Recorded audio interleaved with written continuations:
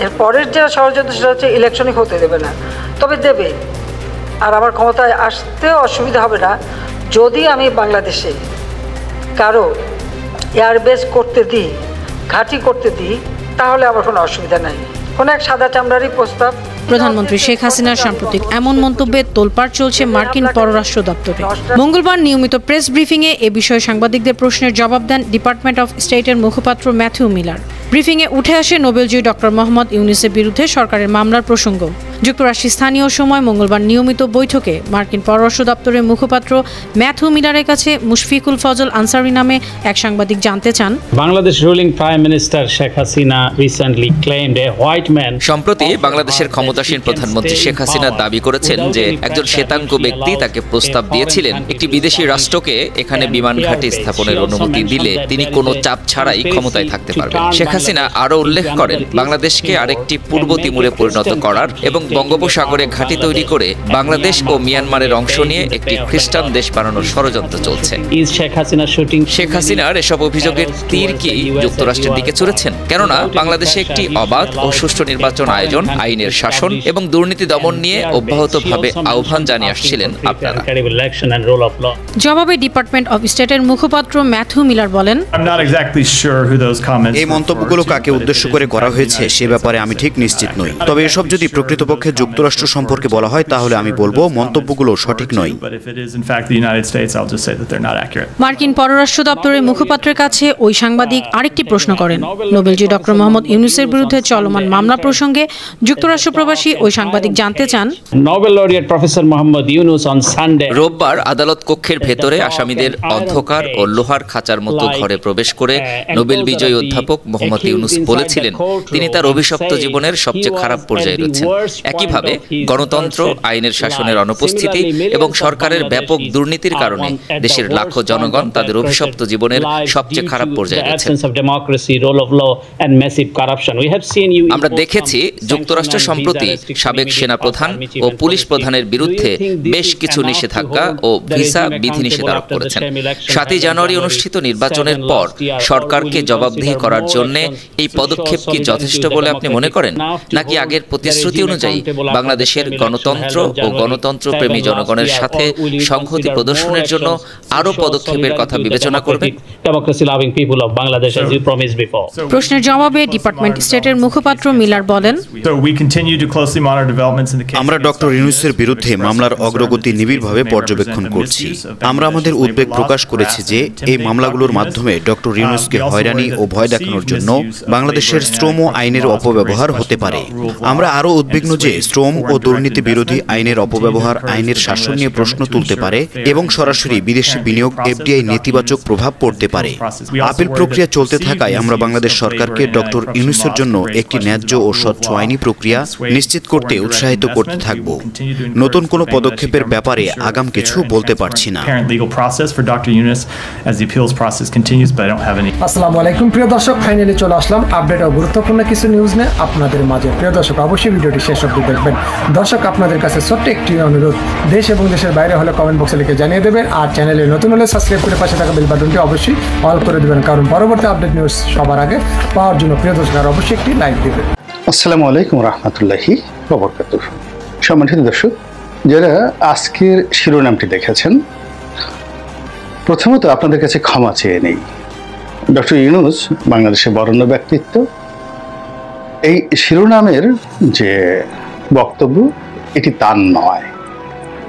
তিনি এই ধরনের কোনো কিছু হয়তো কল্পনাও করেননি, কিন্তু একজন বিশ্লেষক হিসেবে আমি এই কথাগুলো কল্পনা প্রসূত এবং নিজের মতো করে অনেকটা ক্ষোভ থেকে, দুঃখ থেকে, কষ্ট থেকে এই কথাগুলো বলছি।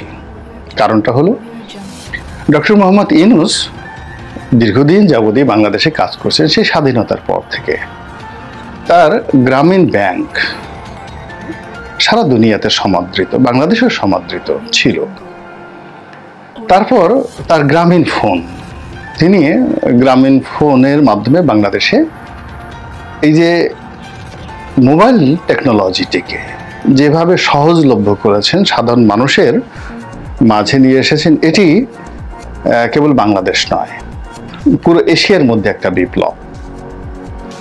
এবং গ্রামীণ ফোনের জন্য বিশাল একটা ইনভেস্টমেন্ট তিনি, যে নরওয়ের কোম্পানি টেলিনর, বিশ্বের সবচেয়ে নামকরা কোম্পানি, তো সেই টেলিনরকে তিনি বাংলাদেশে যখন এনেছেন তখন ভারতেও কিন্তু টেলিনর যায়নি।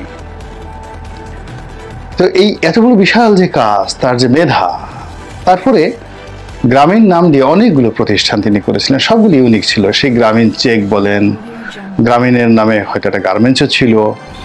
তারপরে তিনি গ্রামীণ ফুড তৈরি করেছিলেন, সেই ফ্রান্সের একটা খুব বিখ্যাত কোম্পানি ড্যানন, তার সঙ্গে একটা যৌথ উদ্যোগে।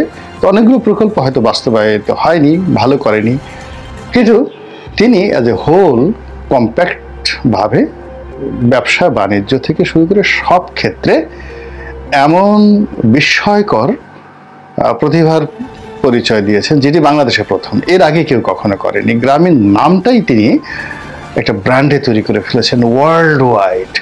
গ্রাম বলতে কাঁচা পায়খানা, যেটিকে টাট্টি বলা হয়, গ্রাম বলতে পাড়ার বুড়ো থেকে শুরু করে যারা বাচ্চা পোলাপান একসাথে পাট খেতে গিয়ে, আখ খেতে গিয়ে, ধান খেতে গিয়ে, কিংবা খালের পাশে বসে কাপড় উঁচু করে মল ত্যাগ করে সেই ভারতের লোকজনের মতো, এটাই গ্রাম বলতে যে বোঝাতো 70-এর দশকে, 80-এর দশকে।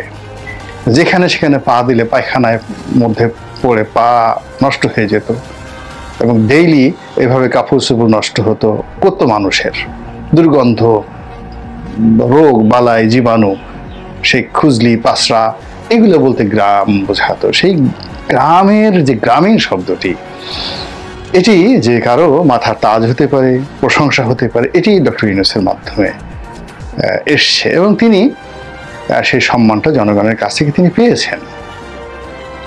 কিন্তু তার কপাল পুড়ল কবে? যেই দিন থেকে তিনি নোবেল পুরস্কার পেলেন, এটা হলো প্রথম। আর কিছু লোক তাকে খুব অ্যাডমিনিস্ট্রেটর বানানোর জন্য তত্ত্বাবধায়ক সরকারের স্থান দিল, কিছু মানুষ তাকে প্রধানমন্ত্রী হিসেবে পাওয়ার জন্য এগিয়ে এলো, এবং এই ভদ্রলোক মানুষ বেসিক্যালি একজন কবি, বেসিক্যালি একজন উদ্ভাবক, একজন বিজ্ঞানী, একজন অর্থনীতিবিদ। তো এই মানুষগুলোর আসলে 6 ধারে 9 ধার থাকে না, খুব চালাক। তারা যেই যেই ক্ষেত্রে সফলতা লাভ করে সেই ক্ষেত্রে তাদের চালাকি থাকে, বুদ্ধিমত্তা থাকে, চালাকি নেতিবাচক অর্থে বুদ্ধিমত্তা থাকে, টাকা উপার্জনের ধান্দা থাকে। কিন্তু অ্যাজ এ হোল সমাজের যে নর্মাল টাউটেরি, যা বাটপারি, এই জিনিসগুলো তাদের মধ্যে থাকে না। ফলে রাজনীতির যে টাউট বাটপারি, এটা তিনি বুঝতে পারেননি। আর নোবেল পুরস্কারটিকে তিনি যেভাবে ম্যাটেরিয়ালাইজ করে সারা দুনিয়াতে নিজেকে সেই পরিচিত করেছেন, এটির বাংলাদেশের মানুষের মধ্যে যে হীনমন্যতা তৈরি করতে পারে, এটাও তিনি কাউন্ট করতে পারেননি। ফলে এই নোবেল পুরস্কারটি তার জীবনটাকে শেষ করে দিয়েছে, তার সমস্ত সম্ভাবনাকে শেষ করে দিয়েছে। ফলে তার উচিত এই নোবেল পুরস্কারটি এই কমিটির হাতে ফিরিয়ে দেওয়া। আমি হলে তাই করতাম, যে বাবা গো, সুন্দর করে আমি তোমাদের কাছে মাপ চাই, আমি এখন কবরের জায়গায় খুঁজছি। আমি কি চট্টগ্রামে আমাদের বাড়ি যেখানে, সেখানে কবর দেব, নাকি আমি প্রধানমন্ত্রী শেখ হাসিনার কাছে একটা নিবেদন করব যে গ্রামীণ ব্যাংক চত্বরে আমাকে একটু কবরের জায়গা দেন, বিনিময়ে আমি কিছু চাই না, আমি নোবেল পুরস্কার ফেরত দিয়ে দিচ্ছি। তো এই নোবেল পুরস্কারটা যদি তিনি ফেরত দেন এবং সরকার বাহাদুরের কাছে একটু কবরের জায়গা চান, যে আমি এই দেশে মরতে চাই এবং সুখে শান্তিতে বাকি জীবন থাকতে চাই, আমি এই 80, 85, 88, তার বয়স কত বছর জানি না, 85, 88 বছরের মতো হবে, এই বইয়ের মধ্যে হবে, আমি আর পারছি না, আমি এই নোবেল পুরস্কার তোমাদেরকে ফেরত দিতে চাই, নোবেলের টাকা সহ ফেরত দিতে চাই। আর আমার যত টাকা পয়সা আছে সবকিছু আমি, বঙ্গবন্ধু ট্রাস্ট আছে, বেগম ফজিলাতুন্নেছা ট্রাস্ট আছে, শেখ হাসিনার ট্রাস্ট আছে, এই জায়গাতে আমি আসলে দান করে দিতে চাই, অথবা শেখ রাসেল নামক একটা ভালো ট্রাস্ট করে, শেখ কামাল নামে একটা ট্রাস্ট করে আমি সেখানে আসলে আমার যতটুকু আছে আমি এগুলো দান করে দিতে চাই।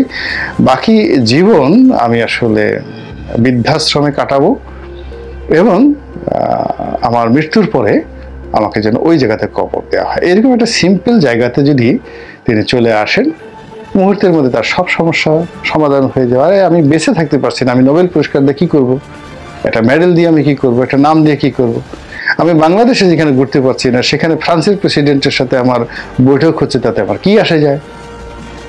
আমি যেখানে কোর্টের বারান্দায় ঘুরছি, লোহার খাঁচার মধ্যে চোর ডাকাতের মতো ঘুরছি, আমার বৃদ্ধ শরীর নিয়ে আমি যেখানে সিঁড়ি দিয়ে আমাকে কাঁপতে কাঁপতে আমি উঠছি, কথা বলতে গিয়ে আমি আবেগপ্রবণ হয়ে যাচ্ছি, আমার কান্না আসছে। তো সেখানে জো বাইডেন হোক, বারাক ওবামা হোক, হিলারি ক্লিন্টন হোক, তিনি আমার বন্ধু, আমরা এক টেবিলে বসে খাওয়া দাওয়া করি, এতে কি আসে যায়? আমাকে তো একটা পথ বেছে নিতে হবে। তো তার উচিত হলো নোবেল পুরস্কার যদি তিনি হোল্ড করতে চান, এটা নিয়ে কথাবার্তা বলেছেন, বেনজিরের মতো পালিয়ে যাওয়া, সুন্দর মতো একেবারে পালিয়ে যাওয়া, নিরুদ্দেশ হয়ে যাওয়া এবং বিদেশে গিয়ে তিনি তার মতো করে চুপচাপ থাকবেন। ঘোরাফেরা করলে আবার ইন্টারপোলের মাধ্যমে তাকে গ্রেপ্তার করায় আনা হবে, তার বিরুদ্ধে মিছিল হবে, মিটিং হবে, এবং ওখানে তো অনেক বাঙালি লোকজন আছে, তাদেরকে লেলিয়ে দেওয়া হবে, পিটাওয়েকে। কোনো একটা সভা সমিতি সেমিনারে তিনি আমেরিকাতে গেলেন বা ইউকেতে গেলেন, ওখানে বিভিন্ন সংগঠন আছে, তারা সেখানে ঢুকে ডক্টর ইউনূসকে বেজ্জতি করলো। কাজে তিনি বিদেশে গিয়ে চুপচাপ থাকতে হবে বেনজিরের মতো, তাকে খুঁজে পাওয়া যাবে না। তো এর সাথে বাংলাদেশের বৃদ্ধাশ্রমে কাটানো তার জন্য খুব ভালো হয়, আমি হইলে অন্তত পক্ষে তাই করতাম। তো এই কথাটি আসলে আমি এখানে বলতে চাই। দ্বিতীয় আরেকটা বিষয় আছে, সেটা হলো তাবলিগে যাওয়া। বাংলাদেশে অনেকগুলো ইসলামী সংগঠন আছে, তো তার মধ্যে তাবলিগে যারা যান মোটামুটি তাদেরকে বিতর্ক কম। এখন যদিও দুটো গ্রুপ হয়ে গেছে, 7 গ্রুপের এককালই ওই তাবলিগ জামাতের যে বাৎসরিক মাহফিলটা হয়, সেটাতে টঙ্গীতে যেটা হয় বিশ্ব ইজতেমা, এই সময়টাতে একটু গন্ডগোল হয়, আর মাঝে মধ্যে দু একটা জায়গাতে গন্ডগোল হয়। এছাড়া আসলে অন্যান্য, যেমন আপনি লালবাগ মাদ্রাসা বলেন, হেফাজত বলেন, সব জায়গাতে মারামারি, কাটাকাটি, খুনাখুনি পর্যন্ত। অনেকে তো বলে আহমেদ শফি সাহেবকে মেরে ফেলা হয়েছে, তো তাদেরই দলের বিভিন্ন লোকজন বলার চেষ্টা করেন। তো এখানে অনেক মারামারি কাটাকাটি হয়। তো সেই তুলনায় 7 গ্রুপ এবং জুবাইর গ্রুপ এরা যে মারামারি করেন, এটা খুব উঁচু পর্যায়ে। কিন্তু এর বাইরে দাওয়াতি পর্যায়ে যেখানে রয়েছে, সেখানে সরকার মানে তাদেরকে যে ছাড় দিচ্ছে এখনো পর্যন্ত, যেটি বাংলাদেশের অন্য কোন ইসলামিস্ট গ্রুপে তাদেরকে সেই ছাড়টা দেওয়া হয়নি। তারা ওয়াজ করেন, মাহফিল করেন খুব অল্প, কিন্তু মসজিদে বসে বসে আল্লাহ বিল্লাহ ধ্যান করেন। তো সেই ক্ষেত্রে এরকম একটা সংগঠনের সাথে যদি ডক্টর মোহাম্মদ ইউনূস জড়িয়ে যান, তিনি 40 দিনের একটা চিল্লাতে যান, প্রথমে বাংলাদেশে গেলেন, ঘোরাফেরা করলেন, এরপর এদের কিন্তু অনেক আন্তর্জাতিক চিল্লাও রয়েছে, এবং আন্তর্জাতিক চিল্লাতে যান, এবং তিনি যেভাবে ইংরেজি বলতে পারেন, যেভাবে হাসতে পারেন, এবং মুখে যদি তিনি সুন্দর দাড়ি রাখেন, তাহলে তার যে পরিচিতি এটা জাকির নায়েকের চেয়ে বেশি হয়ে যাবে, এবং পুরো পশ্চিমা দুনিয়া অবাক হয়ে যাবে। তাবলিগে তিনি যোগদান করলেন এবং তাবলিগের আমির হয়ে যাবেন একটা সময়, তিনি সারা দুনিয়ার আমির হয়ে যাবেন। এবং তাবলিগের আমির যদি তিনি হতে পারেন, কিয়ামত পর্যন্ত তিনি সকলের দ্বারা প্রশংসিত হবেন। চিন্তা করুন তো, ডক্টর মোহাম্মদ ইউনূসের গোলগাল যে সুন্দর একটা মুখ রয়েছে, সেখানে লম্বা দাড়ি, সাদা ফকফকে দাড়ি, একটু লম্বা চুল, তার উপরে মাথায় একটা সুন্দর পাগড়ি, তারপরে কালো রঙের, একেবারে কালো রঙের সফেদ সেই সৌদি আরবের যে জুব্বা, সেই জুব্বা, শরীরে তিনি আতর মাখছেন, চোখে তিনি সুরমা মেখেছেন, হাতে তার লাঠি। তিনি তাবলিগ জামাতের এই শত শত নেতাকর্মীদেরকে নিয়ে রাস্তায় গেলেন, মসজিদে গেলেন, বিদেশে গেলেন, এয়ারপোর্টে গেলেন। মানে লোকজন তো প্রথমে এসে কেউ তার হাতে চুমো খাবেন, কেউ তার পা ধরে সালাম করবেন, এবং তাকে নিয়ে যদি কেউ কোনো টু শব্দ করে, নেতিবাচক টু শব্দ করে, রীতিমতো দাঙ্গা শুরু হয়ে যাবে। এবং এই কাজ ইউনূস সাহেবের যে মেধা এবং যোগ্যতা, তিনি এখন যেভাবে ফিফার পক্ষে দিচ্ছেন, মানে বিশ্বের যে ফুটবল ফেডারেশন সেখানে দিচ্ছেন, স্পোর্টস অঙ্গনে দিচ্ছেন, সামাজিক ব্যবসায় দিচ্ছেন, এই মেহনতটি যদি মাত্র 10 ভাগের 1 ভাগ তিনি তাবলিগ জামাতে যান, বিশ্বাস করেন তার মতো হুজুর কেউ হতে পারবে না। 88 ফেল, মানে সব চরমোনাই ফেল। তিনি যদি ওরস মোবারক করতে চান, তো গরু বাংলাদেশের, মানে গরুর গাবতলির বাজারে একটা গরুও থাকবে না, সব তার দরবারে চলে যাবে। তিনি যেখানে দরবার খুলে বসেন না কেন, সেখানে তিনি যদি বলেন যে না, আমি পীর হব না, আমি জিকিরের একটা মাহফিল করব, বা আমি ধর্ম প্রচার করবো, আমি ওয়াজের একটা মাহফিল করবো, তার ওয়াজ শোনার জন্য সাইদি সাহেবের ওয়াজে আর কত মানুষ আসতো। তিনি ইংরেজিতে ওয়াজ করবেন, বাংলাদেশ ইংরেজিতে ওয়াজ করবেন এবং এগুলো আল জাজিরা, CNN, BBC এগুলো সব লাইভ টেলিকাস্ট করবে। সৌদি আরবের বাদশা তার সঙ্গে বাংলাদেশে দেখা করতে আসবে, বাদশা সালমান আসবে, সৌদি আরবের যিনি খতিব রয়েছেন তিনি আসবেন, আল আজহার বিশ্ববিদ্যালয়ের যিনি চ্যান্সেলর রয়েছেন তিনি আসবেন, যেখানে যাকে বলা হয় আল আজহারের সবচেয়ে বড় ইমাম, গ্র্যান্ড ইমাম, যিনি প্রেসিডেন্টের সমপর্যায়ের ক্ষমতা সম্পন্ন, তিনি দেখা করতে আসবেন ডক্টর ইউনূসের সঙ্গে। আমার যদি ডক্টর ইউনূসের মতো বয়স থাকতো, তার মতো টাকা থাকতো, তার মতো এরকম অবস্থা থাকতো, বিশ্বাস করেন আমি মুহূর্তের মধ্যে এই সিদ্ধান্ত নিয়ে ফেলতাম যে আমি তাবলিগ করব এবং দিনের দাওয়াতে কাজ করব। এখন আমার এই বক্তব্য ডক্টর ইউনূসের কাছে পৌঁছাবে কিনা আমি জানি না, এবং তিনি আদৌ এই কাজ করবেন কি করবেন জানি না, বাট আমার কাছে মনে হয়েছে যে যদি এই কাজগুলো করতেন জীবনের শেষ পর্যায়ে তার যে কষ্ট রয়েছে, বেদনা রয়েছে, এই বেদনাটা লাঘব হতো। আল্লাহ আমাদের সবাইকে হেদায়েত দান করুন এবং হেফাজত করুন। আসসালামু আলাইকুম ওয়া রাহমাতুল্লাহি ওয়া বারাকাতুহু।